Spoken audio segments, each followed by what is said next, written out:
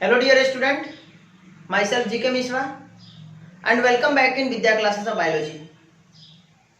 Today I am going to discuss about the most important topic of sexual reproduction in flowering plants, the megasporangium. And first of all, we are going to discuss about the part of ovule. तो चलिए हम लोग अब start करने चल रहे हैं ovule के पार्ट के बारे में। और ओव्यूल में जैसे हमें ये देखना है ओव्यूल के पार्ट मतलब बोलने का मतलब गाइनोइशियम के हम लोग पार्ट के बारे में देखेंगे आज। ठीक है, तो गाइनोइशियम के किस तरह पार्ट होते हैं हम आपको पहले से गाइनोइशियम के पार्ट के बारे में बताते आ रहे हैं।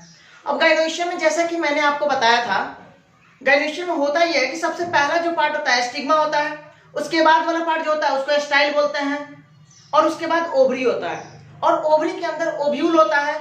और आज हमें पढ़ना है उस ओव्यूल के बारे में, फिर उसके एम्ब्रियो सैक को आज हम ओपन करेंगे।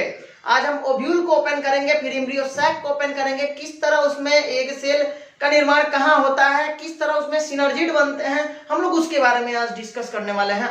सो आज का टॉपिक जो है बहुत इंपॉर्टेंट टॉपिक है। ठीक है, जो भी इस पर नीट का पेपर दे रहे हैं वो सभी स्टूडेंट इसको देखेंगे, क्योंकि इससे क्वेश्चन लगभग चांस रहता है क्वेश्चन आने का। ठीक है, किसी भी पार्ट से उठाकर क्वेश्चन पूछ लिया जाता है। तो चलिए हम लोग अब इसको डिस्कस करते हैं। आइए हम सबसे पहले इसके मेगास्पोरेंजियम को स्टार्ट करने से पहले, मेगास्पोरेंजियम बोलने का मतलब हुआ कि हम ये ओव्यूल के अंदर की पार्ट के बारे में पढ़ रहे हैं। मेगास्पोरेंजियम यहाँ पे ओव्यूल के बारे में हम लोग देखेंगे, ओव्यूल के अंदर ये हो रहा है। ठीक है, हम लोग जब वहां माइक्रोस्पोरेंजियम पढ़ रहे थे तो माइक्रोस्पोरेंजियम कहाँ हो रहा था, एंथर के अंदर हो रहा था ना, एंथर के अंदर माइक्रोस्पोरेंजियम। लेकिन यहाँ जो मेगास्पोरेंजियम देखेंगे ये कहाँ होता है, मेगास्पोरेंजियम ओव्यूल के अंदर होता है। तो देखिए सबसे पहले जैसे कि इतना पार्ट तो शुरू से हम लोग देखते आ रहे हैं, इतना देखते मतलब शुरू से आप लोग को जब भी हम शुरुआत किए थे, जब भी इस चैप्टर का स्टार्टिंग किए थे तो उसमें भी हम आपको बताए हुए थे क्या, तो ये फ्लावर के पार्ट के बारे में।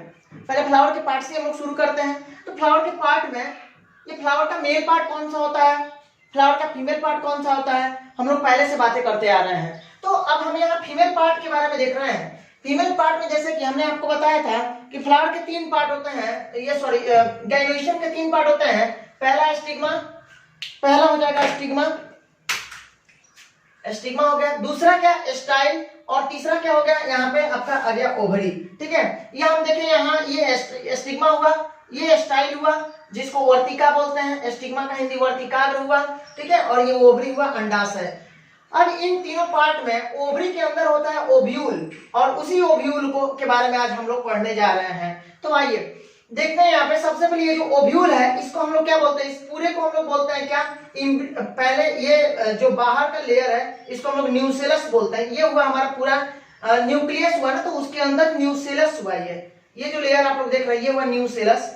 और सबसे पहले यहाँ पे हमें देखना है ओव्यूल, इसका जहां से ओपनिंग हो रही है ना, उस ओपनिंग को हम लोग बोलते हैं माइक्रोपाइल, बीजांड द्वार। ओव्यूल का हिंदी होता है बीजांड, और जहां से बीजांड का ओपनिंग होता है उसको हम लोग बोलते हैं बीजांड द्वार। ठीक है, तो ये हुआ माइक्रोपाइल, यहाँ से ओपनिंग होगा, और ये कहां से निकलता है, जस्ट अपोजिट, इसके जस्ट अपोजिट, माइक्रोपाइल के जस्ट अपोजिट होता है चलाजा। ये जो चलाजा देख रहे हैं नाम से लग रहा है चलाजा।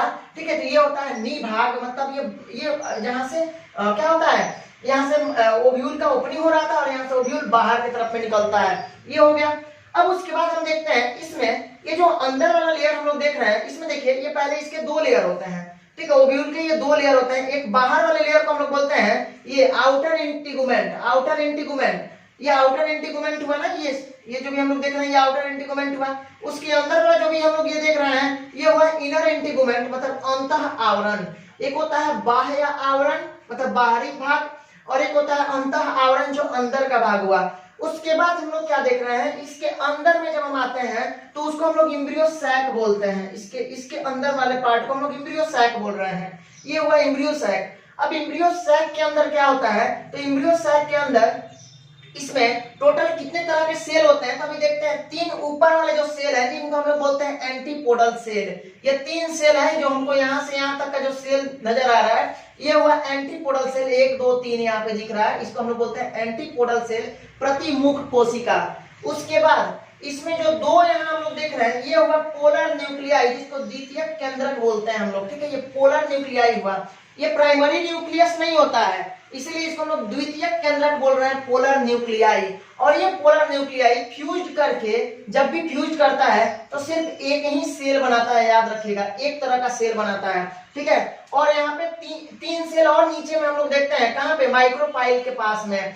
माइक्रोपाइल के पास में 3 सेल होता है, फिर ये चलाजा के पास में 3 सेल होता है। तो ये तीनों सेल क्या है, एंटीपोडल सेल। तो क्वेश्चन पूछा जाता है the cell near the chalaza, मतलब चलाजा के नियर वाले सेल को हम क्या बोलते हैं, तो एंटीपोडल सेल बोलेंगे। ओके, अब उसके बाद क्वेश्चन क्या पूछा जाता है, माइक्रोपाइल के बीजांड द्वार के पास वाले सेल को क्या बोलते हैं। तो इसमें 2 सेल होते हैं, जो ये हम देख रहे हैं ना, यहाँ दोनों साइड के दोनों टर्मिनल वाला जो किनारे वाला भाग में देख रहे हैं ना, सॉरी, हाँ, ये किनारा वाला जो भाग देख रहे हैं, किनारा वाला जो सेल देख रहे हैं, इसको हम लोग बोलते हैं सिनर्जिड, ठीक है। इसे क्या बोलेंगे, सिनर्जिड बोलेंगे। और फिर इसके बीच में जो होता है, यहाँ बीच में हम जो यहाँ देख रहे हैं, ये हुआ इसका एग सेल, बीच वाला जो है ये है एग सेल। और इसी एग सेल को हम लोग फीमेल गैमेट बोलते हैं। यही एग सेल फीमेल गैमेट को क्या करता है, रिप्रेजेंट करता है, ठीक है। ये इस एग सेल को रिप्रेजेंट करता है, ओके, निरूपित करता है अंड कोशिका को। अब यहाँ पे हम लोग देखते हैं, ये दोनों जो सेल हम लोग देखे, ये दोनों सेल को हम क्या बोलते हैं, सिनर्जिड बोलते हैं, मतलब ये सहायक कोशिका होती है, ठीक है। हम लोग जब आगे जाएंगे तो ये पढ़ेंगे, आगे में हम लोग को पढ़ना है, जब थोड़ा क्लास सेकंड लेक्चर में जब हम लोग जाएंगे तो वहां पे ये पढ़ेंगे। ये जो सिनर्जिड होता है, यही सिनर्जिड क्या करता है, जब भी पोलन ट्यूब का एंट्री होता है ना, इसके अंदर पोलन ट्यूब का एंट्री जब भी होता है एम्ब्रियो सैक के अंदर, तो उस वक्त सिनर्जिड जो होता है ये कुछ केमिकल्स का सिक्रीशन करता है, और वो केमिकल्स क्या करते हैं, इसको अट्रैक्ट करते हैं, ठीक है, मतलब किसको, पोलन ट्यूब को अट्रैक्ट करते हैं। तो हम लोग आगे में उसके बारे में बातें करेंगे। अभी यहाँ समझिए, ये सिनर्जिड 2 होगा, बस आपको अभी फिगर को पहले ध्यान में रख लेना है। अगर कौन सा फिगर कहाँ है, किसका क्या नाम है, ये आपका क्लियर है, तो फिर समझिए कि आपको इसके बारे में ज्यादा टेंशन लेने की बातें नहीं है। बाकी पूरा लैंग्वेज आप लोग खुद से कर सकते हैं। एनसीईआरटी का पूरा लैंग्वेज इस फिगर पे टिका हुआ है। जितना भी हम लोग ओव्यूल के बारे में पढ़ेंगे ना, जितना भी सेक्शन है ओव्यूल वाला, या फिर फीमेल के गैमेटोफाइट के बारे में हम लोग को जितना भी पढ़ना है, मेगा स्पोरेंजियम के बारे में जितना भी पढ़ना है, गुरु बीजाणुधानी, तो ये सभी के सभी इस फिगर पे डिपेंड है। इस फिगर को पहले आपको किसी भी तरह से कैचअप कर लेना है। अब यहाँ पे हम लोग देखते हैं, ये जो पूरा ओव्यूल जिस पे स्टैंड होता है ना, जो स्टैंडिंग होता है जिस पे पूरा ओव्यूल, उसको हम लोग बोलते हैं फ्यूनिकल। ये होता है फ्यूनिकल, बीजांड ब्रिंथ उसको हम लोग बोलते हैं, ठीक है। अब उसके बाद हमारा इसमें जितना भी टॉपिक था, शायद हमने सबको डिस्कस कर लिया, ठीक है। आपको बस इस फिगर को नोट डाउन कर लेना है और इस फिगर को अच्छा से समझ लेना है, ठीक है। अपने से आप लोग खुद से इस फिगर को बार बार बनाएंगे, और इससे काफी सारा क्वेश्चन आता है। मैं अभी भी बोल रहा हूं आपसे, काफी सारा क्वेश्चन आता है। अब एक बात हम इससे ये प्रूव करने वाले हैं कि क्वेश्चन में पूछा जाता है, ये एक हम ओव्यूल को के बारे में देख रहे हैं, एक मान लीजिए एक गाइनोइशियम के बारे में हम देख रहे हैं। वो गाइनोइशियम जो पूरी तरह से क्या हो चुका है, ये यहाँ मैच्योर हो चुका है, पूरी तरह से ये परिपक्व हो चुका है। अब इसमें क्वेश्चन पूछा जाता है कि एक एंजियोस्पर्म फ्लावर के ओव्यूल में कितने तरह के सेल और कितने तरह के न्यूक्लियस होते हैं, ये क्वेश्चन पूछा जाता है। या फिर एम्ब्रियो सैक में पूछा जाता है, एम्ब्रियो सैक के अंदर कितने तरह के सेल और कितने तरह के न्यूक्लियस होते हैं। तो यहाँ पे कितने तरह के सेल हो जाएंगे, तो देखिए 3 ऊपर वाले सेल हुए ना, जिसको हम लोग बोल रहे हैं एंटीपोडल सेल, ठीक है। तो 3 एंटीपोडल सेल हुआ, 2 जो यहाँ पे हम पोलर न्यूक्लियाई बोल रहे हैं, और हम आपको अभी बताया भी है कि पोलर न्यूक्लियाई फ्यूज करके एक ही सेल बनाता है। ये 2 जो है देखने में हमको यहाँ क्या लगेगा, न्यूक्लियाई है, लेकिन जब ये एक साथ फ्यूज होता है तो एक ही तरह के सेल बनाता है, जब भी सेल बनाना होता है तो, ठीक है। अब उसके बाद हम क्या देखते हैं, अगला हमारा है ये नीचे वाला जो हम सेल देख रहे हैं, जो माइक्रोपाइल के पास में, तो यहाँ 3 सेल देखना है, जिसमें से 2 सेल है सिनर्जिड और 1 सेल है बीच वाला एग सेल, ठीक है। तो यहाँ 3 ये और 3 ऊपर वाले 6 हो गए ना, 6 हुए। और फिर ये 2 है न्यूक्लियाई, लेकिन सेल कितने होंगे, 1 ही होंगे, तो 3 3 6 और 1 7, मतलब कि टोटल 7 सेल बनेंगे। हम क्या बोल देंगे इसको, 7 सेल्ड। चलिए तो यहाँ हम लिख देते हैं इसको 7 सेल्ड, ठीक है। 7 कोशिका बनता है इससे, 7 सेल होता है इसमें, ठीक है, कोशिकाएं होते हैं। और उसके साथ न्यूक्लियाई कितने होंगे, तो ये न्यूक्लियस देख रहे हैं, ये पूरा जो भी पार्ट है न्यूक्लियस है। ये न्यूक्लियस के अंदर जितने भी हम यहाँ देख रहे हैं सब न्यूक्लियाई ही है, जितने भी सेल है वो सभी न्यूक्लियाई है। तो कितने न्यूक्लियाई होंगे, 1 2 3 4 5 6 7 8, और 8 न्यूक्लियाई हो जाएंगे। 7 शेड 8 न्यूक्लियाई, 7 शेड 8 न्यूक्लियाई हो जाएंगे। ठीक है, तो हम याद रखेंगे कि एक मैच्योर एम्ब्रियो सैक के अंदर कितने तरह के सेल और कितने तरह के न्यूक्लियाई होते हैं। तो एक मैच्योर ओव्यूल के अंदर, एक मैच्योर एम्ब्रियो सैक के अंदर, भ्रूण कोश के अंदर टोटल 7 सेल और 8 न्यूक्लियाई होते हैं। तो आपको इसे रटना नहीं है, जैसे कि मैंने आपको यहाँ जिस तरह समझाया है उस तरह अगर आप फिगर को समझ लेते हैं और आप खुद से याद रखेंगे, क्वेश्चन में अगर मान लीजिए कोई अगर आपसे पूछता ये भी है कि ये 7 सेल 8 न्यूक्लियाई कैसे होंगे, तो आप क्या बोलेंगे? 3 बोलेंगे। क्या? 3 चलाजल एंड वाले, चलाजल के पास में जो सेल होता है जिसको हम लोग बोलते हैं एंटीपोडल सेल, 3 एंटीपोडल सेल हुआ, 2 सिनर्जिड हुआ माइक्रोपाइल के पास में, और एक सेल हुआ, 6 हो गया, और 2 ये पोलर न्यूक्लियाई होता है जो फ्यूज करके एक सेल बनाता है, तो कितने हो गए? 7 सेल हो गए। और न्यूक्लियाई क्या है? ये टोटल अंदर में जितने भी है न्यूक्लियस के अंदर सभी के सभी न्यूक्लियस हैं। ठीक है, तो ये सभी के सभी न्यूक्लियाई हैं, तो ये 8 न्यूक्लियाई हो जाएंगे और 7 सेल हो जाएगा। ओके, अब हम लोग इसके बारे में इसके पूरे एक एक कर करके पहले इसके अब हम लोग इसका डिफिनेशन देखेंगे और एनसीईआरटी सेक्शन को डिस्कस करेंगे। ठीक है, अब यहाँ पे जैसे कि स्टिग्मा को हम आपको बता चुके हैं, स्टिग्मा के बारे में हम लोग डील कर चुके हैं। स्टिग्मा क्या होता है?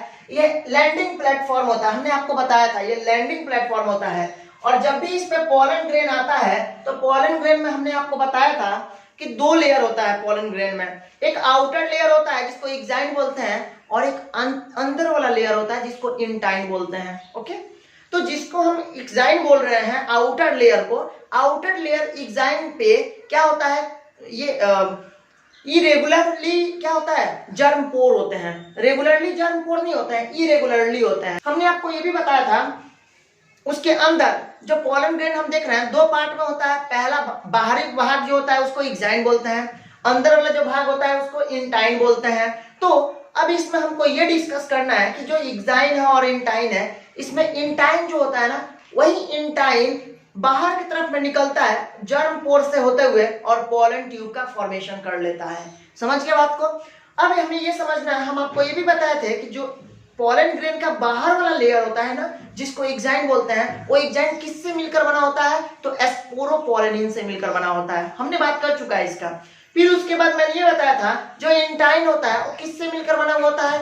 तो वो ये सेलुलोज का और पैक्टिन से मिलकर बना होता है। कहीं कहीं इसको हम लोग पैक्टोसेलुलोज के नाम से भी जानते हैं। दोनों को कंबाइन कर दे तो पैक्टोसेलुलोज बोल देते हैं। ठीक है, मतलब ये सेलुलोज और पैक्टिन दोनों से मिलकर बना हुआ होता है। तो हम लोग इसके बारे में डिस्कस नहीं करेंगे क्योंकि वो सारी चीजें हम लोग डिस्कस कर चुके हैं। अब हम लोग अगला जो टॉपिक डिस्कस करेंगे, पहले हम इन सभी चीजों को करके, जैसे फ्यूनिकल क्या होता है, एम्ब्रियो सैक क्या हुआ, न्यूसेलस क्या हुआ, चलाजा क्या होता है, माइक्रोपाइल क्या होता है, सिनर्जिड क्या होता है, इन सभी के वर्क को देखेंगे, फंक्शन को देखेंगे और इनके एक एक कर करके इनके पॉइंट के बारे में डिस्कस करेंगे। ठीक है, तो आइए हम लोग उसके बारे में डिस्कस करते हैं। तो आइए हम देखते हैं फ्यूनिकल के बारे में। ये फ्यूनिकल क्या होता है, हम अभी जितना भी स्ट्रक्चर देखे थे उन सभी को समझते हैं। फ्यूनिकल क्या होता है? तो फ्यूनिकल ओव्यूल, जैसे कि हम जानते हैं ओव्यूल एक छोटा सा स्ट्रक्चर होता है जो एक स्मॉल स्टॉक के द्वारा जुड़ा हुआ होता है और उसी को हम लोग बोलते हैं फ्यूनिकल। मतलब फ्यूनिकल का मतलब ये हुआ ना कि जिस पे ओव्यूल अटैच हो, जिस पे ओव्यूल क्या हो, स्टैंड करे, उसी को हम लोग बोलते हैं क्या? फ्यूनिकल। जैसे कि देखिए डेफिनेशन को देखते हैं। Ovule is a small structure. Ovule क्या होता है? एक छोटी संरचना होता है जो अटैच होता है प्लासेंटा से। ठीक है, प्लासेंटा से अटैच रहता है किसके द्वारा? स्टॉक के द्वारा। ठीक है, स्टॉक का मतलब होता है डंठल। तो डंठल नुमा आकार होता है, डंठल होता है। तो स्टॉक के द्वारा ओव्यूल जुड़ा हुआ होता है किससे? प्लासेंटा से, उसी को हम लोग बोलते हैं फ्यूनिकल। अब यहाँ दूसरा वाला पॉइंट, हाइलम में हम लोग क्या देख रहे हैं? इसमें the body of the ovule fused with funicle in the reason called hilum. मतलब हाइलम का हिंदी होता है नाभिका। ठीक है, नाभिका हुआ। तो ये नाभिका क्या होता है? The body of the ovule fused with funicle in the reason called hilum.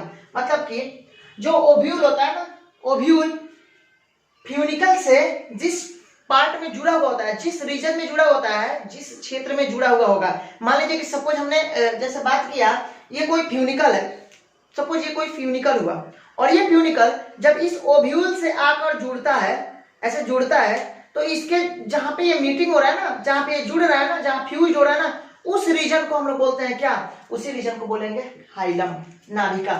समझ गए। अब उसके बाद हम लोग देखते हैं ये हाइलम जो होता है it represent the junction between ovule and funicle. ये हीलियम जो होता है, हाइलम जो हुआ, ये जंक्शन जैसे ओव्यूल, और अभी हमने आपको बताया ना ओव्यूल और ओवरी के बीच के जंक्शन को रिप्रेजेंट करता है कि कहां से इसका जंक्शन कहां है, ठीक है, जहां पे ये दोनों जुड़ रहा है। अब उसके बाद अगला पॉइंट देखते हैं, each ovule has one or two protective envelopes called integument। हमने आपको बताया था, जब ये स्ट्रक्चर बता रहे थे ना, तो वहां बताए थे हम उस ओव्यूल को ना चारों तरफ से एक या फिर दो लेयर से क्या होता है, ये प्रोटेक्ट होता है, प्रोटेक्ट करता है, चारों तरफ से घिरा हुआ होता है उससे कुछ लेयर, जिससे कि उसमें कौन कौन सा लेयर आता है जो इसको चारों तरफ से इसके घिरा हुआ होता है। तो हमने ये बताया था आपको इंटीगुमेंट के द्वारा घिरा हुआ होता है। तो जो बाहर की तरफ में इंटीगुमेंट होता है उसको हम लोग आउटर इंटीगुमेंट बोलते हैं, और जो अंदर की तरफ में जो इंटीगुमेंट होता है उसको हम लोग इनर इंटीगुमेंट बोलते हैं, ठीक है। बाह्य आवरण, अंतः आवरण, बात कर रहे थे ना हम उसके बारे में, वही है यहाँ पे, वही बोला जा रहा है कि प्रत्येक ओव्यूल जो होता है एक या दो प्रोटेक्टिव इन्वेलॉप के द्वारा, कवर के द्वारा ढका हुआ होता है, घिरा हुआ होता है, जिसको हम लोग इंटीगुमेंट बोलते हैं। और ये इंटीगुमेंट कौन कौन सा होता है, आउटर इंटीगुमेंट होता है एंड इनर इंटीगुमेंट होता है, जो हम लोग बातें कर चुके हैं। अब ये देखा गया इंटीगुमेंट्स इनसर्किल द न्यूक्लियस, बिल्कुल सही है। हमने आपको बताया था ना, जैसे कि ये मान लीजिए कि न्यूक्लियस हुआ, हमने ये बताया था न्यूक्लियस में ऊपर की तरफ में 3 एंटीपोडल सेल हमने बताया था आपको, नीचे में ये चला जहां पे माइक्रोपाइल था वहां पे क्या था, यहाँ ये हमने दो आपको सिनर्जिड बताया था, और बीच वाला सेल को हम लोग क्या बोलते हैं, बीच वाले को हम लोग एक सेल बोलते हैं, और दोनों किनारे वाले को क्या बोलते हैं, ये सिनर्जिड बोल रहे थे। और बीच में जो होता था दो पोलर बॉडी होता, दो पोलर न्यूक्लियाई होता था, पोलर न्यूक्लियाई द्वितीयक केंद्रक था। अब यहाँ पे हम लोग ये देख रहे हैं कि ये जो इंटीगुमेंट होता है ये किसको एनसर्किल करता है, मतलब किसको घिरा हुआ होता है। तो यहाँ से ये जो स्ट्रक्चर था इंटीगुमेंट का, देखिए तो ऐसे कुछ करके इंटीगुमेंट था ना, जो कि इसको चारों तरफ से घिर रहा था। तो ये जो दो संरचना हम लोग देख रहे थे ना, जो भी दो संरचना हम लोग देख रहे थे, यही संरचना होता है क्या, ये इंटीगुमेंट होता है। तो यानी कि ये जो न्यूक्लियस होता है ये इंटीगुमेंट के द्वारा घिरा हुआ होता है, ये हम लोग बात कर चुके हैं। अब वही बोल रहा है कि इंटीगुमेंट्स इनसर्किल द न्यूक्लियस, और न्यूक्लियस इसको हम लोग बोलते हैं, ये हुआ न्यूक्लियस, ठीक है। तो न्यूक्लियस, ठीक है, न्यूक्लियस हुआ। तो ये न्यूक्लियस को इनसर्किल करता है, लेकिन कौन से जगह पे छोड़कर, हमने अभी आपको क्या बताया, इंटीगुमेंट जो होता है प्रोटेक्टिव इन्वेलॉप होता है, मतलब उसे बचाता है, किसको, ओव्यूल को बचाता है। तो ओव्यूल को चारों तरफ से घिरा हुआ होता है हमने बोला, लेकिन ओव्यूल को ये चारों तरफ से घिरा हुआ नहीं होता है, except the tip where a small opening called micropyle is organised. जैसे कि हमने अभी आपको क्या बोला, इंटीगुमेंट जो होता है ये न्यूक्लियस को चारों तरफ से घिरा हुआ होता है, लेकिन कौन से, कहां पे छोड़कर, कौन से पार्ट को ये छोड़कर, तो ये यहाँ पे जिस पार्ट को नहीं घिरा हुआ होता है ना, उसको हम लोग क्या बोलते हैं, ये माइक्रोपाइल बोलते हैं। जो माइक्रोपाइल होता है ना, जहां से ये ओपनिंग होता है ओव्यूल का, ये सिर्फ और सिर्फ ओव्यूल के जहां ओपनिंग होगा, जिसको हम लोग माइक्रोपाइल बोलते हैं, वहीं पे ये क्या होता है, उसी का टिप पे ये इनसर्किल नहीं करता है, उसको घिरता नहीं है। बाकी ये ऊपर वाले जैसे इसके अपोजिट एंड जो चलाजा हम लोग बोलते हैं, तो ये चलाजा को भी इन्वेलॉप करता है, लेकिन ये माइक्रोपाइल को इन्वेलॉप नहीं करता है, याद रखिएगा, ठीक है। वही बोला जा रहा है इंटीगुमेंट्स encircle the nucleus except the tip where a small opening called micropyle is organized। सिर्फ और सिर्फ ये जो इंटीगुमेंट होता है न्यूक्लियस के चारों तरफ घिरा हुआ होता है, लेकिन ये सिर्फ माइक्रोपाइल का, जहां माइक्रोपाइल पाया जाता है, जहां माइक्रोपाइल होता है उसके ओपनिंग के जगह पे ये उसको सर्किल नहीं करता है, इनसर्कल नहीं करेगा, उसको घिरा हुआ नहीं होता है, ठीक है। अब आइए हम कुछ इसके अगला पॉइंट के बारे में डिस्कस करते हैं। तो अब आइए अब चलाजा के बारे में देखते हैं। सबसे पहले हम अब क्या देखेंगे, चलाजा। देखिए चलाजा में हम बताए हुए थे आपको, चलाजा क्या होता है, तो एक तरफ में बताए थे जहां से माइक्रोपाइल की ओपनिंग हो रही है, मतलब जहां से बीजांड का ओपनिंग हो रहा है ना, ओव्यूल का जहां से ओपनिंग हो रहा है, उसको हम लोग बोल रहे थे क्या, माइक्रोपाइल, ठीक है। और माइक्रोपाइल के अपोजिट में जब जा रहे थे तो वहां पे क्या था, जहां पे बीजांड बाहर की तरफ निकल रहा है, मतलब कि जहां ओव्यूल बाहर की तरफ निकल रहा है उसको हम लोग बोलते हैं क्या, चलाजा। और ये चलाजा क्या होता है, चलाजा एक बेसल पार्ट होता है, ये ओव्यूल का बेसल पार्ट जो होता है, आधारीय भाग होता है क्या, चलाजा। अब आइए हम लोग उसको देख लेते हैं, कुछ पॉइंट से उसको डील करते हैं। Opposite the micropylar end is the chalaza, ठीक है। माइक्रोपाइलर इंड के अपोजिट के साइड को, विपरीत भाग को हम लोग क्या बोलते हैं, चलाजा बोलते हैं। जहां से माइक्रोपाइल की ओपनिंग होती है उसके जस्ट अपोजिट में क्या होता है, चलाजा होता है। अब जैसे कि हम यहाँ देख रहे हैं, चलाजा जो होता है ये क्या होता है, chalaza represent the basal part of ovule. Chalaza ये रिप्रेजेंट करता है ओव्यूल के बेसल पार्ट को। तो चलिए अब हम देखते हैं, enclosed within the integuments is a mass of cells called nucellus। हमने जैसे कि देखा था इंटीगुमेंट का काम क्या होता है, चारों तरफ से घिरे हुए होता है ओव्यूल को। तो ये इंटीगुमेंट जो चारों तरफ से घिरे हुए होते हैं जिससे, तो उसके अंदर में जो भी से मास ऑफ सेल होता है ना, उसी को हम लोग बोलते हैं क्या, न्यूसीलस। ओके, अगला देखते हैं, cell of nucellus have abundant reserve food material, ठीक है। मतलब कि न्यूसेलस के सेल कोशिकाओं के अंदर प्रचुर मात्रा में फूड रिजर्व होते हैं और आरक्षित भोजन मौजूद होते हैं, ठीक है।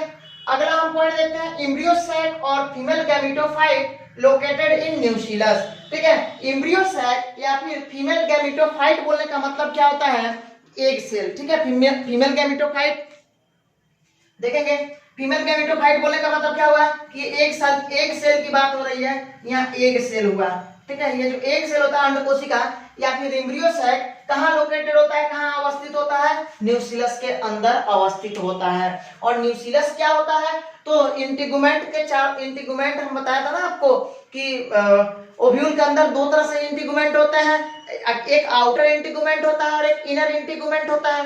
तो इस इंटीगुमेंट के अंदर जो भी चीज सेल ऑफ मास होते हैं जिससे कि घिरे हुए होते हैं, जो किसके द्वारा, इंटीगुमेंट के द्वारा, उन्हीं को हम लोग बोलते हैं क्या, न्यूसीलस। ओके, अब हम लोग का जो अगला हम लोग जो टॉपिक पढ़ना है ये है मेगा स्पोरोजेनेसिस के बारे में। हम आपको वहां बता चुके थे पहले जब हम लोग क्लास में पढ़ रहे थे।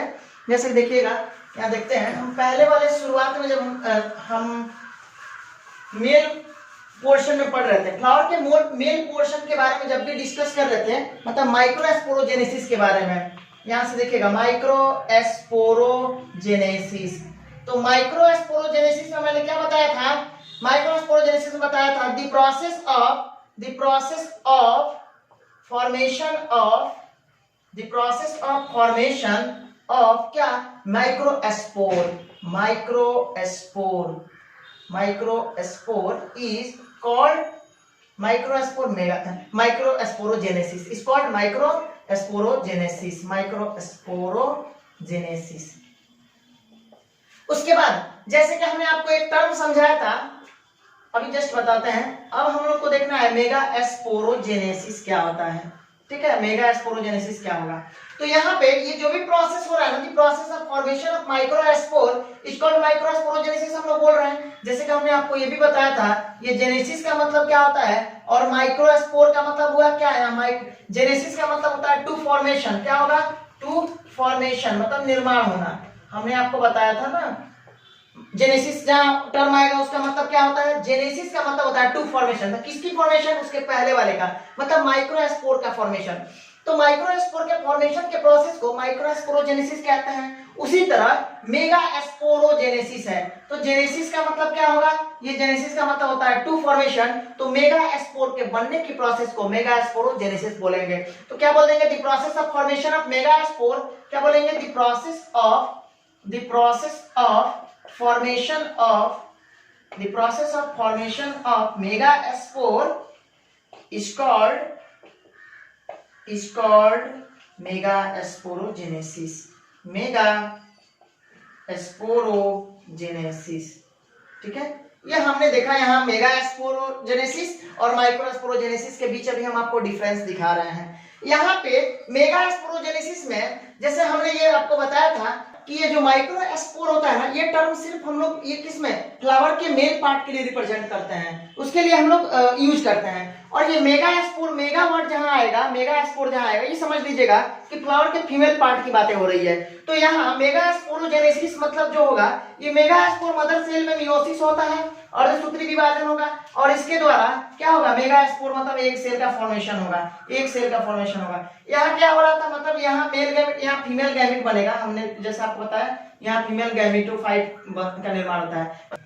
माइक्रोस्पोर मदर सेल में मियोसिस होता है और पोलन ग्रेन का निर्माण होता है, और यहाँ पे मेगास्पोर मदर सेल में मियोसिस होता है और एक सेल का निर्माण होता है जो इसका मेल गैमेट होता है। ठीक है, तो ये हमारा टॉपिक हो गया ना, मेगास्पोरोजेनेसिस और माइक्रोस्पोरोजेनेसिस में हमने डिफरेंस देख लिया। इसमें हमने देखा क्या चीज का फॉर्मेशन होता है, तो पोलन ग्रेन का मतलब मेल गैमेट का रिप्रेजेंट होता है। इसमें हमने क्या देखा, एक सेल का मतलब कि एक सेल का निर्माण हो रहा होता है, मतलब बोलने का मतलब क्या हुआ, इसका फीमेल गैमेट का निर्माण हो रहा होता है। ठीक है, मादा युग्मक का। अब उसके बाद हम लोग मेगास्पोरोजेनेसिस के प्रोसेस को समझते हैं कि किस तरह हो रहा है, कैसे ये प्रोसेस पूरा होता है। यहाँ देखते हैं, अब हम लोग देखेंगे मेगास्पोरोजेनेसिस के प्रोसेस के बारे में। हमने आपको भी बताया था मेगास्पोरोजेनेसिस को माइक्रोस्पोरोजेनेसिस से रिलेट करके आपको समझाया था, लेकिन अब हम मेगास्पोरोजेनेसिस के बारे में देखते हैं, जो एनसीईआरटी का पॉइंट है उसको कवर करते हैं और कुछ पॉइंट को समझते हैं।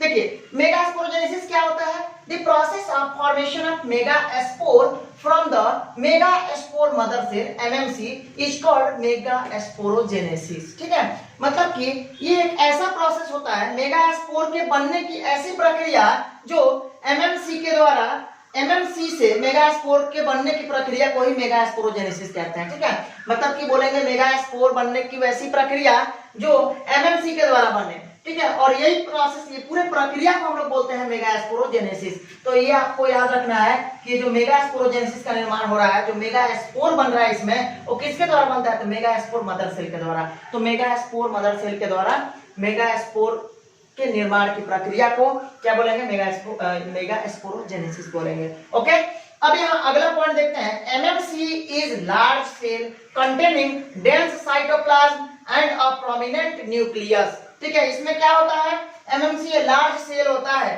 ठीक है, एमएमसी बोलने का मतलब माइक्रोस्पोर मदर सेल, तो माइक्रोस्पोर मदर सेल क्या होता है, लार्ज सेल होता है, और उसमें साइटोप्लाज्म पाए जाते हैं, और वो साइटोप्लाज्म जो होते हैं वो सघन होते हैं, मतलब बहुत काफी सारे होते हैं, जो उसमें नेटवर्क टाइप के होते हैं, इसीलिए उनको डेंस बोला जा रहा है। जो कि कैसा होंगे, डेंस होते हैं, मतलब सघन होते हैं, तो सघन साइटोप्लाज्म उसमें होंगे, और एक प्रोमिनेंट न्यूक्लियस होता है। ठीक है, उसमें एक प्रोमिनेंट न्यूक्लियस होगा।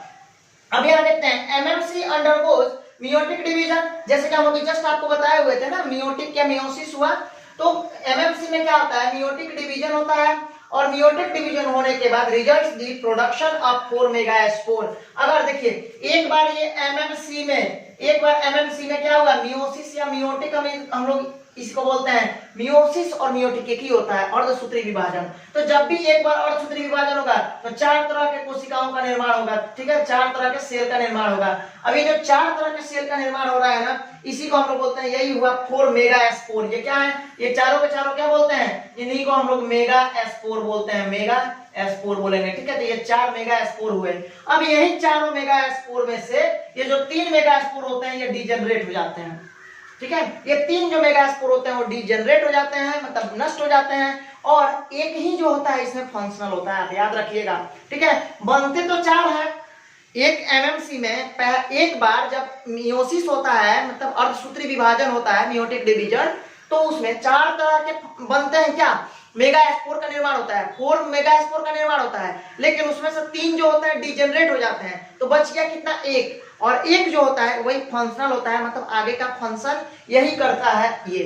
अब ये क्या करेगा, तो ये आगे में जो भी एम्ब्रियो सैक का फॉर्मेशन करता है, और उस एम्ब्रियो सैक में हम लोग जानते हैं वो क्या, एम्ब्रियो सैक किसको रिप्रेजेंट करता है, फीमेल गैमेटोफाइट को, मतलब कि फीमेल गैमेट का निर्माण यही से होता है। ठीक है, एक जो बचा हुआ होता है ना मेगास्पोर, उसी के द्वारा ये आपका एक सेल का निर्माण होता है, जिसको हम लोग एम्ब्रियो साइक भी बोलते हैं। ओके, तो अब देखिए यहाँ पे वही बोला जा रहा है, MMC undergoes meiotic division results in the production of 4 megaspore. MMC में मियोटिक डिवीजन होता है, मेगास्पोर मदर सेल में मियोटिक डिवीजन होता है, और 4 तरह के मेगास्पोर का निर्माण होता है। इन majority of flowering plants one of the megaspore is functional while the other 3 degenerate। क्या बोला गया, अधिकतर फ्लावरिंग प्लांट्स में क्या होता है, एक मेगास्पोर जो होता है वही सिर्फ और सिर्फ एक सिंगल मेगास्पोर जो होता है वही फंक्शनल होता है, जबकि अदर 3 जो होते हैं वो नष्ट हो जाते हैं, डीजेनरेट हो जाते हैं। ठीक है, और जैसे हमने आपको बताया कि एक ही से क्या होता है, एक सेल का निर्माण होता है, मतलब कि वो एम्ब्रियो सैक का निर्माण करता है। आइए उस पॉइंट को नोट करते हैं। तो अब हम देखते हैं मेगास्पोरोजेनेसिस में। अब हमें देखना है, जैसे कि हमने अभी क्या बोला कि ये जब भी मेगा ऐसा होता है ना कि मेगास्पोर एमएमसी जो होता है, एमएमसी में हमने आपको अभी बताया था ना, जैसे यहाँ पे हम इसको मिटाते हैं फिर यहाँ लिख देते हैं। देखिए एमएमसी में क्या होता है, अभी हमने देखा मियोसिस होता है, मियोसिस हुआ, और मियोसिस होने के बाद 4 तरह के सेल का निर्माण होता है, 4 टेट्राड बनते हैं इससे। ठीक है, जिसको हम लोग 4 मेगास्पोर का निर्माण होता है ना, तो 4 मेगास्पोर जो बनता है ना, मेगास्पोर, तो कितने तरह के मेगास्पोर बनेंगे, 4 तरह के। अब इन 4 मेगास्पोर में से जो 3 मेगास्पोर होते हैं वो डीजेनरेट हो जाते हैं। ठीक है, वो नष्ट हो जाते हैं, और एक ही जो मेगास्पोर होता है वो सिर्फ और सिर्फ सिंगल मेगास्पोर जो होगा ना, वही मेगास्पोर जो होता है वो क्या होता है, फंक्शनल होता है, मतलब अपना फंक्शन परफॉर्म करता है, मतलब वो कोई भी काम को आगे बढ़ा सकता है। अब जैसे आगे क्या करता है, तो मेगास्पोर का काम क्या होता है, यही फीमेल गैमेट में डेवलप हो जाता है, मतलब ये डेवलप इनटू, हम लोग बोल सकते हैं ना, डेवलप्स इनटू, क्या डेवलप्स हो जाता है इनटू किसमें, तो फीमेल गैमेट में, फीमेल गैमेट में ये डेवलप हो जाता है, और ये फीमेल गैमेट जो होता है एम्ब्रियो सैक होता है। ठीक है, तो अभी हमने आपको बताया था ये पॉइंट, जस्ट हम लोग डिस्कस किए थे, लेकिन अब हमें देखना है ओनली द फंक्शनल मेगास्पोर, ये जो फंक्शनल मेगास्पोर है ये develops into the female gametophyte, यही डेवलप होता है किसमें, फीमेल गैमेटोफाइट में, और फीमेल गैमेटोफाइट जो होता है कहाँ होता है, एम्ब्रियो साइट के अंदर होता है, मतलब कि एम्ब्रियो साइट का डेवलपमेंट इसी मेगास्पोर, फंक्शनल मेगास्पोर के द्वारा हो रहा है। अब हमें यहाँ देखना है the method of formation of embryo sac. ठीक है, method of formation of embryo sac from a single megaspore is called monosporic development. Monosporic development हम लोग किसको बोलते हैं, जब भी सिंगल मेगास्पोर से एम्ब्रियो सैक का फॉर्मेशन होता है तो उसको हम लोग बोलते हैं क्या, मोनोस्पोरिक, मोनोस्पोरिक डेवलपमेंट। ठीक है, ये एक ऐसा मेथड होता है जिसमें एम्ब्रियो सैक का फॉर्मेशन होता है किसके द्वारा, सिंगल मेगास्पोर के द्वारा। देख रहे हैं ये जो सिंगल मेगास्पोर, तो सिंगल मेगास्पोर के द्वारा जब भी एम्ब्रियो सैक का फॉर्मेशन होगा या फिर फीमेल गैमेटोफाइट का डेवलपमेंट होगा तो उसी को हम लोग क्या बोलते हैं, वही कहलाता है ये मोनोस्पोरिक डेवलपमेंट। अब आते हैं कुछ एनसीईआरटी का क्वेश्चंस है, उसको हम लोग डिस्कस कर लेते हैं। एनसीईआरटी का कुछ बहुत ही इंपॉर्टेंट क्वेश्चन है, बहुत इंपॉर्टेंट क्वेश्चन है, इस पर ध्यान दीजिएगा। ठीक है, लगभग क्वेश्चन इससे पूछा जाता है। अब यहाँ देखेंगे हम लोग, क्वेश्चन ये पूछ रहा है what will be the ploidy of the cells of, मतलब इन सेल का, जैसे न्यूशिलस का, एमएमसी का, और फिर फंक्शनल मेगास्पोर का, और फिर फीमेल गैमेटोफाइट का, इन सभी का क्या पूछा जा रहा है, प्लॉइडी पूछा जा रहा है। इसका प्लॉइडी क्या है, प्लॉइडी 2 तरह से होता है, एक एन होता है या फिर 2n होता है। एन को हम लोग बोलते हैं क्या, हैप्लॉइड बोलते हैं ना, हैप्लॉइड बोलते हैं, एक गुणित, और 2n को हम लोग क्या बोलते हैं, डिप्लॉइड बोलते हैं। डिप्लॉइड का मतलब होता है क्या, द्विगुणित। तो अब यहाँ पे पूछा जा रहा है कि ये बताइए, जो भी हम लोग न्यूशिलस देख रहे हैं, एमएमसी देख रहे हैं, माइक्रोस्पोर मदर सेल, फिर से फंक्शनल मेगास्पोर देख रहे हैं, और उसके बाद हमारा फीमेल गैमेटोफाइट देख रहे हैं, तो इसकी प्लॉइडी क्या होगी, ये हैप्लॉइड है या फिर डिप्लॉइड है, उसके बारे में पूछा जा रहा है। तब यहाँ आते हैं न्यूशिलस क्या हुआ, तो न्यूशिलस ये क्या हो रहा है, एम्ब्रियो के अंदर की बात हो रही है ना, तो वहां पे ये न्यूशिलस क्या होता है, 2n होता है, डिप्लॉइड होगा, याद रखिएगा। एमएमसी, अच्छा एक बात बताइए, एमएमसी माइक्रोस्पोर मदर सेल की बात किया जा रहा है या फिर मेगास्पोर मदर सेल की बात की जा रही है, बताइए यहाँ क्या होगा। अरे ये माइक्रोस्पोर मदर सेल है या मेगास्पोर मदर सेल, इसको मेगास्पोर मदर सेल बोलिएगा। ठीक है, माइक्रोस्पोर मदर सेल नहीं बोलेंगे, क्यों सर, तो अभी तो हम लोग जो पढ़ रहे हैं ना, ये क्या है, फीमेल गैमेटोफाइट के बारे में पढ़ रहे हैं, तो वहां पे हम लोग मेगास्पोर मदर सेल को रिप्रेजेंट करते हैं एमएमसी से, और वहां एमएमसी का मतलब माइक्रोस्पोर मदर सेल होता है। लेकिन यहाँ आखिर एमएमसी ही क्यों लिखा गया है, तो एमएमसी किसी भी केस में हो वो माइक्रोस्पोर मदर सेल होता है या फिर मेगास्पोर मदर सेल होता है, उससे क्या होगा, हमेशा डिप्लॉइड होगा, याद रखिएगा इस चीज को। ओके, अगला पॉइंट देखते हैं फंक्शनल मेगास्पोर। अब ये बताइए फंक्शनल मेगास्पोर, तो फंक्शनल मेगास्पोर हम आपको क्या बोले कि मेगास्पोर मदर सेल में मियोसिस होता है, और मियोसिस होने के बाद 4 तरह के मेगास्पोर का फॉर्मेशन होता है। अब उसमें से एक ही मेगास्पोर जो होता है फंक्शनल होता है।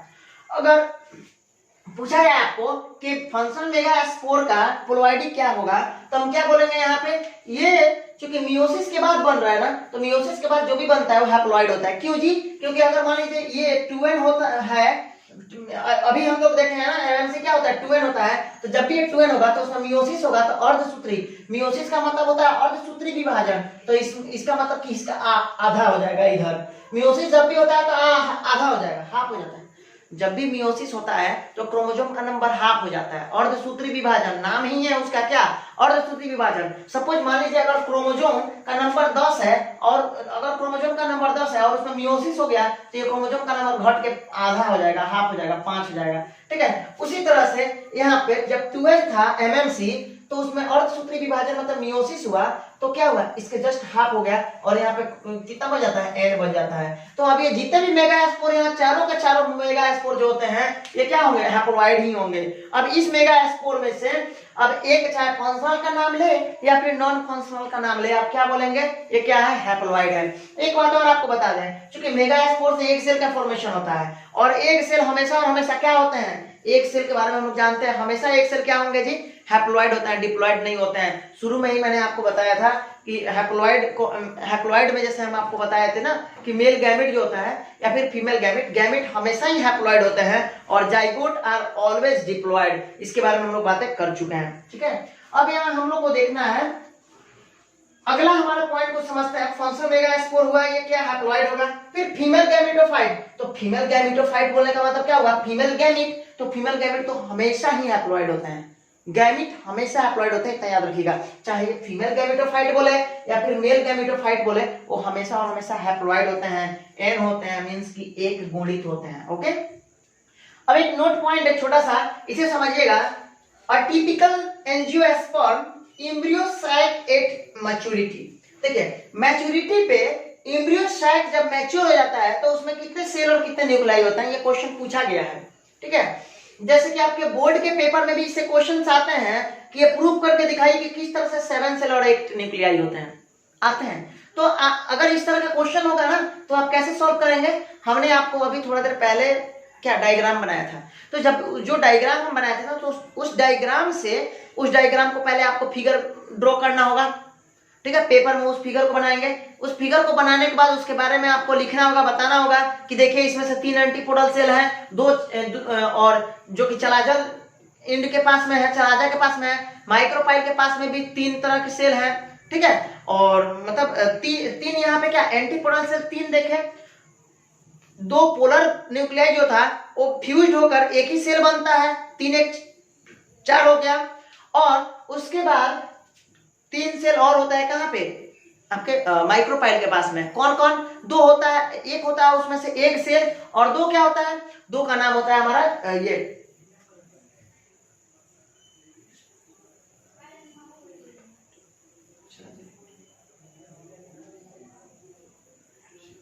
हाँ। तो अब नीचे में जैसे कि हम देखते हैं, तो नीचे में जो माइक्रोपाइल होता है ना, तो माइक्रोपाइल के पास में 2 तरह के सेल होते हैं, जो जिसको हम लोग बोलते हैं, 2 किनारे वाले सेल को हम लोग बोलते हैं सिनर्जिड, और बीच वाले सहायक कोशिका, और बीच वाले कोशिका को हम लोग क्या बोलते हैं, अंड कोशिका बोलते हैं, एग सेल बोलते हैं बीच वाले सेल को। ओके, तो ये हमारा जो टॉपिक था, यहाँ तक का ये टॉपिक कंप्लीट होता है, और फिर हम लोग अगला पॉलिनेशन के बारे में पढ़ेंगे। तो हम लोग का जो अगला टॉपिक है ये भी बहुत ही इंपॉर्टेंट है, नेक्स्ट क्लास देखना बिल्कुल भी ना भूलें। ठीक है, तो आप प्लीज चैनल को सब्सक्राइब करें, वीडियो को लाइक करें, और कमेंट करके बताएं। आप इनबॉक्स सेक्शन में जाकर वहां कमेंट करें और बताएं कि कैसा आपको किस तरह समझ में आता है, या फिर अगर इसके रिगार्डिंग, वीडियो के रिगार्डिंग अगर इसमें कोई भी मिस्टेक या कोई भी प्रॉब्लम होता है तो आप उसे इनबॉक्स में लिख के हमें बताएं। ठीक है, कि हाँ सर आपको शायद कुछ इस पॉइंट को छोड़ रहे हैं, इस पॉइंट को भी बताना चाहिए, तो हम वो चीजें दिखाएंगे, बताएंगे। ठीक है, बाकी हम लोग जितना भी एनसीईआरटी का है उसको कवर करते चल रहे हैं, बाकी एनसीईआरटी से अलग पॉइंट को भी कवर कर रहे हैं, लेकिन हम लोग को अलग आगे एनसीईआरटी से अलग नहीं जाना है, एनसीईआरटी के सीमा रेखा में ही रहना है। बिकॉज कि हम सब ये जानते हैं कि जितने भी क्वेश्चंस आते हैं ना, ऑल भी एग्जाम्स होते हैं, सभी एग्जाम्स में जो भी पेपर बनते हैं ना, एनसीईआरटी से बनते हैं, चाहे आपके बोर्ड का पेपर हो या फिर नीट का पेपर हो, फिर हम क्यों परेशान होंगे, हम सिर्फ एनसीईआरटी पे फोकस करते हैं। पहले जब एनसीईआरटी हमें क्या क्या लगाना है, इस बार जो भी नीट के स्टूडेंट है उनको क्या क्या क्वेश्चन सॉल्व करना है, एनसीईआरटी पढ़ना है deeply, line wise line NCERT कहानी की तरह नहीं पढ़िएगा, लाइन बाय लाइन पढ़ना है, रटना नहीं, समझ के चलना है। उसके बाद हमें क्या करना है, प्रीवियस ईयर का क्वेश्चन बैंक सॉल्व करना है। नीट का 32 ईयर का प्रीवियस ईयर का क्वेश्चन बैंक सॉल्व करेंगे। ओके, एम्स का मिलता है तो भी सॉल्व करेंगे, पहले नीट का करेंगे। उसके बाद हमें एमसीक्यू और भी अगर बुक है उधर तो हमें टाइम मिलता है पहले नीट के क्वेश्चन बैंक बनाने से और एनसीईआरटी पैटर्न के क्वेश्चन बैंक बनाने से, तब हम आगे और भी क्वेश्चन बैंक को देखेंगे या ऑब्जेक्टिव बुक को देखेंगे। पहले हमें एनसीईआरटी पे ही पूरा फोकस करना है और एनसीईआरटी बेस्ड का ऑब्जेक्टिव क्वेश्चन सॉल्व करना है, ठीक है, क्योंकि ये क्वेश्चन ज्यादा से ज्यादा चांसेबल होते हैं पेपर में आने का। ओके।